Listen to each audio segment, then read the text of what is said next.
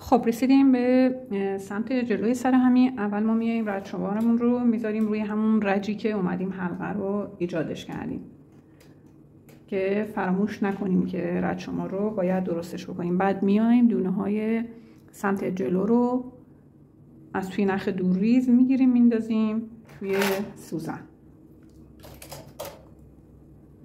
از کنار صفر میام دونه ها رو میگیرم. برای اینکه شما از توی نخ دورریزتون بدونید چطوری باید دونه بگیرید، میایید حلقه هایی رو که هم رنگ بافتتون هست، این حلقه ها رو باید بگیرید و بندازید توی سوزن. همه رو من میگیرم و بعد از اون نخ دورریزم رو میشکافم. خب دونه ها توی سوزن انداختم و نخ دورریزم که به راحتی شکافته میشه. من الان باید بیام بافتم رو ادامه بدم تا جایی که میخوام بیام یقه رو باز کنم. معمولا ما برای لباسای نوزادی 20 رج مونده به جایی که سرشونه رو ایجاد کردیم، 20 رج پایین ترش میایم یقه باز میکنیم. که من توی رج 210 اومدم سرشونه رو ایجاد کردم، 20 رج پایین ترش میشه 190 رج. یعنی اینکه من باید الان از رج 160 تا رج 190 بیام ببافم و بعد از اون بیام یقه رو ایجادش بکنم. که خب حالا بافتم رو تا رج 190 ادامه میدم، بعدش با هم دیگه یقه رو ببینیم به چه شکلی ایجاد میشه.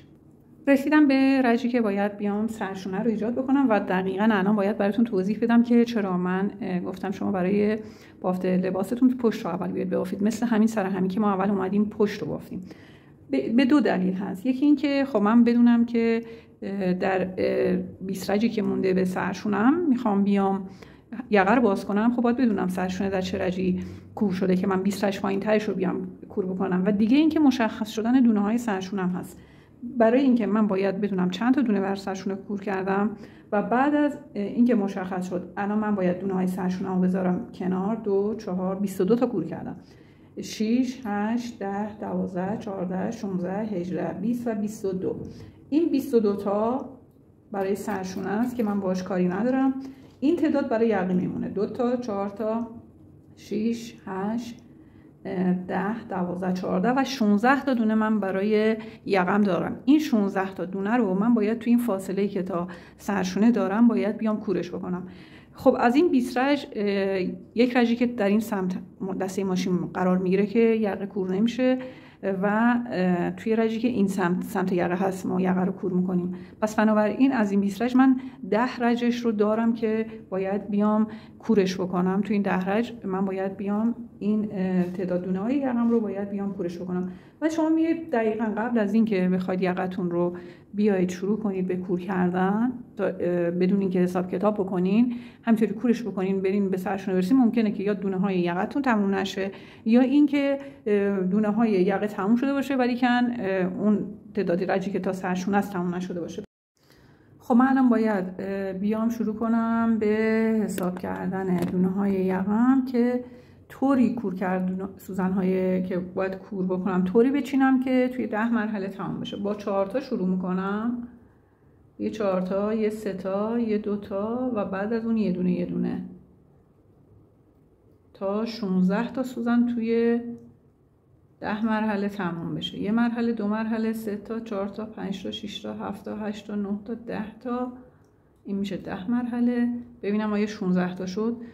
4 تا و 3 تا 7 تا با 2 تا میشه 9 تا، 10 تا، 11 12 13 14 15 و یک سوزن هم عقب که میشه 16 تا سوزن.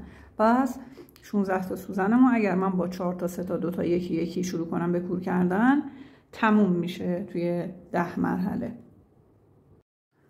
خب من میام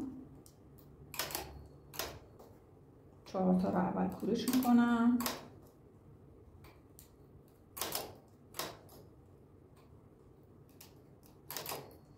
چون الان توی رجی هستم که باید نخمم عوض بکنم، بعد از اینکه کور کردم میام نخم رو عوض میکنم.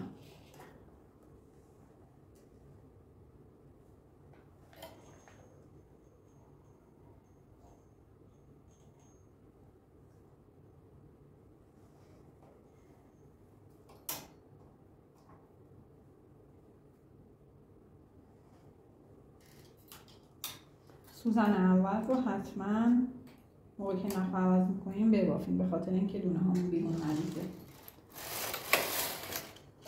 یه رفت و برگشت انجام میدم. حالا نوبت ستاییه.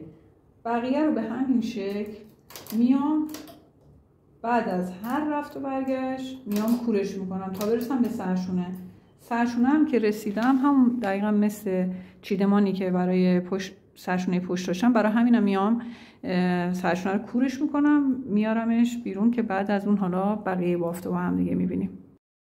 یه توضیح بدم در مورد یقه که وقتی شما دونه هاتون تموم میشه و سرشونه رو دارید توی چند مرحله کور میکنید، هیچ ایرادی نداره که به این ارتفاع یقتون اضافه بشه، چون چند رج بیشتر نیست و در حینی که دارید خب کور میکنید از این طرف هم خب به بلندی یقتون اضافه میشه، که این نکته رو خواستم براتون توضیح بدم که مشکلی ایجاد نمیکنه.